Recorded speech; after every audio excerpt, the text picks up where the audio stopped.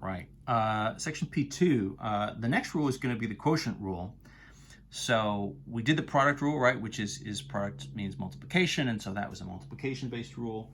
The next rule is going to be a division rule, right? So quotient means division.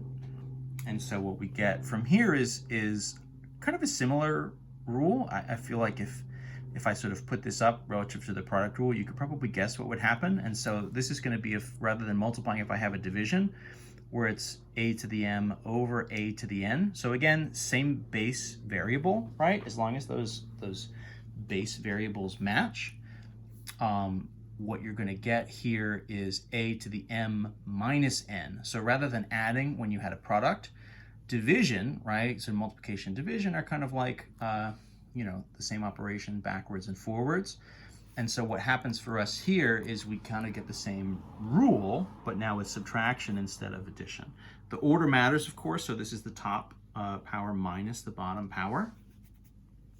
And that's what's going to happen. The explanation here, if we kind of did, again, maybe just sort of a simple type version, right? So maybe I've got x to the 5 and it's sort of over x squared. So the idea in theory, this should be x, right, to the 5 minus 2 should be x cubed. Let's try to justify that this is true. This is not really what we would think of as a proof. This is just sort of trying to kind of intuitively understand what's happening, just sort of via an example. So x to the 5, right, would be 5x's sort of all expanded. X to the 2 would be 2x's. And what's happening here is you're really just reducing this fraction, in some sense, just in the same way that you would reduce a fraction to lowest terms, right? You're just going to look for matching values. In this case, you would say, okay, so x to x and kind of x to x, right? So 1x from the top will cancel 1 from the bottom. And in this case, I've got, 2 on the bottom and then sort of 2 from the top. So that would leave me with, right, so x and x and x, 3 up top. And I've essentially run out of x's on the bottom, right? So that would just be 1. And then simplified, that would be, for us, x cubed, right? The exact same thing that you would get, right? Just like if we did x to the 5 minus 2, right? We're going to end up in the exact same spot, right? X to the 3. So it's that sort of top power minus the bottom power. And it's really just as simple as that, right? Where we were adding them for products, now we're just subtracting them for these quotients. This means,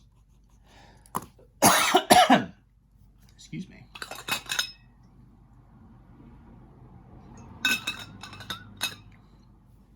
This means that you can do stuff with different powers and even some numbers. So maybe you've got like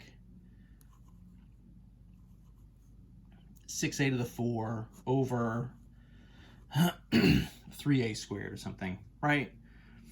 So a to the 4 over a squared, you would have sort of 4 minus 2, would leave you with a to the 2. 6 and 3, so what I would do is kind of write this as 6 over 3 times, right, a to the 4 minus 2. 6 and the 3 are just going to reduce like any old fraction, right? This is just going to sort of cancel down to like 2 over 1. A to the 2, of course, we would just call this 2a squared, right? So all that stuff works. If we throw some values on there, that works. We could get a little more expansive, and you could sort of do, right, different types, x to the 4, y to the 5, z cubed over, right, x cubed, y squared, z. All you're going to do is sync these up just like by type. So this should be, right, x's, 4 minus 3, y's, 5 minus 2, and then your z's, right? This is really like a z to the 1. So 3 minus 1. You're just going by type. So that would be single x, right? X to the 1, y cubed, z to the 2. Right? Easy. Goes fast. Now, what you're probably asking yourself is, okay, that's all well and good, but like, what would happen if the power on the bottom was bigger? What would happen? And that's an interesting question, right? You know, in theory, wouldn't you get like a negative power? And the answer there is, oh yeah, that's exactly what would happen. So what if I had x to the 3 over x to the 5? So the rule says, right, that should be 3 minus 5 should be x to the minus 2. So, okay, that's, I guess, what that is. I mean, that's we're following the rule. I didn't give any kind of disclaimers about the numbers we could or couldn't use, right? So I guess that's true. But what does that mean?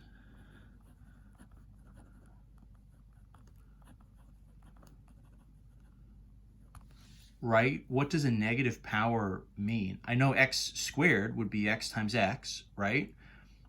Right? Multiplied by itself 2 times. What the heck would x to the minus 2? X multiplies by itself negative 2 times? How do I do negative 2 of anything? That doesn't really make any sense to me. So what we're going to do to make sense of this is let's go back to expanding this out, right? So x cubed is x times x times x, right? X to the 5.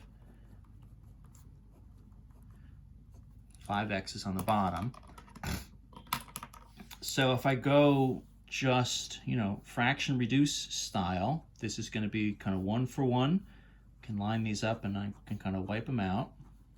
So 3 of the x's go. That gets me down to no x's up top, right? Which doesn't leave me with a 0, it leaves me with a 1 because this is division. And then I have 2 x's left over on the bottom. So this is 1 over x times x. So that's 1 over x squared.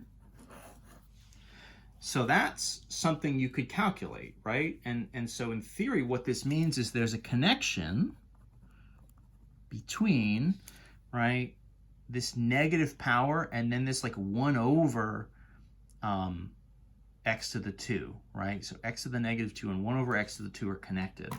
And that is all true. This is true. This is actually going to lead us to really kind of a formal definition.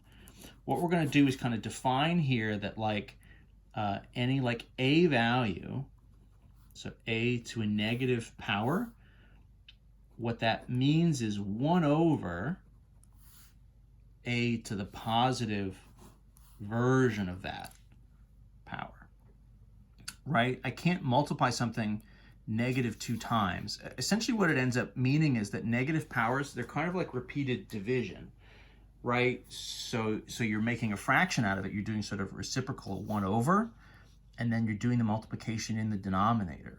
This conceptually is essentially kind of like dividing by x twice, right? X ends up here on the bottom twice. But it allows us to do stuff like actually calculate, right? So something like, okay, so what would like 5 to the negative 2? So even just with numbers, jumping back to what we were doing a second ago. So that means 1 over 5 squared. So this for us is going to be a fraction, right? So it's not 25, and more importantly, it's not negative 25. What'll happen here at first is you would say a negative power should be like a negative number, right? And the answer is no, not really, right? If your base number is positive, in this case positive 5, there's nothing you can do to turn a positive 5 into a negative 25. You would need to start with a negative number to make that happen. But you can get it into a fraction, a 1 over 25. So you have kind of a division by 5 twice, right? This sort of over 5 and over 5. You get this 1 over 25.